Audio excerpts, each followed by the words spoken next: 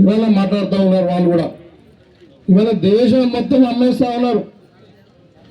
ఇలా రైల్వేస్ అమ్ముడు పోయినాయి, ఎయిర్పోర్ట్లు అమ్ముడు పోయినాయి, షిప్ యార్డ్లు అమ్ముడు పోయినాయి, మైన్స్ అమ్ముడు పోయినాయి. దేశం మొత్తం గుజరాత్లో అమ్ముకుంటున్నారు.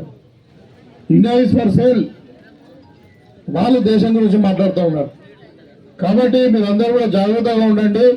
కాంగ్రెస్ పార్టీ ఒకటే మాట మీద ఉండే పార్టీ, పేదల పార్టీ. ఇవాళ 2 సంవత్సరాల్లో మేము చేసి చూపించినాం. పిల్లలకు, చదువుకునే పిల్లలకు కూడా 70,000 ఉద్యోగాలు ఇచ్చినాం.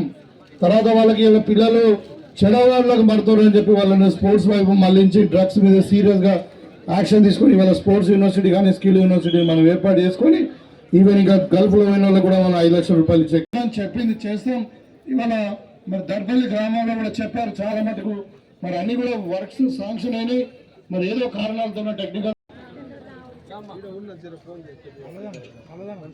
లక్ష్మి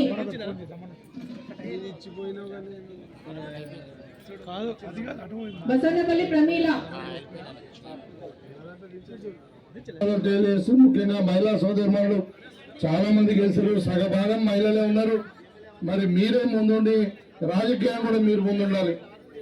ఇవాళ కాంగ్రెస్ పార్టీ చిత్తశుద్ధిని 42% రిజర్వేషన్ తీసుకొస్తామని భారతదేశంలో ఎదుగుతూ ఉంటే చూడలేక ఇలా ప్రతిపక్షాలు వీళ్ళందరూ కూడా విమర్శిస్తూ ఉన్నారు.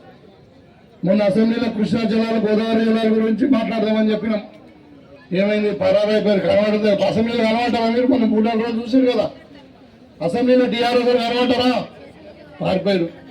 అంటే ఈ విధంగా ప్రజలకు జవాబుదారీతనం లేకుండా వాళ్ళందరూ కూడా త్వరలోనే మనకు అసెంబ్లీ కమిటీ వచ్చిన తర్వాత phase 2లో ఖచ్చితంగా 75 గజాల భూమి ఇచ్చి అందరు కూడా ప్లాట్లు ఇచ్చి వాళ్ళందరూ కూడా మన ఇందిరమ్మ ఇండ్లు 5 లక్షలతో ఇస్తాం, కట్టిస్తామని చెప్పి ఈ సందర్భంగా తెలియజేసుకుంటూ, ఒక దర్పల్లి గ్రామం కాదు, మొత్తం ఈ 3 మండలాలే కాదు, మొత్తం మన నియోజకవర్గం కూడా ఇలా అన్ని రంగాలలో ముందుకు పోతా ఉంది.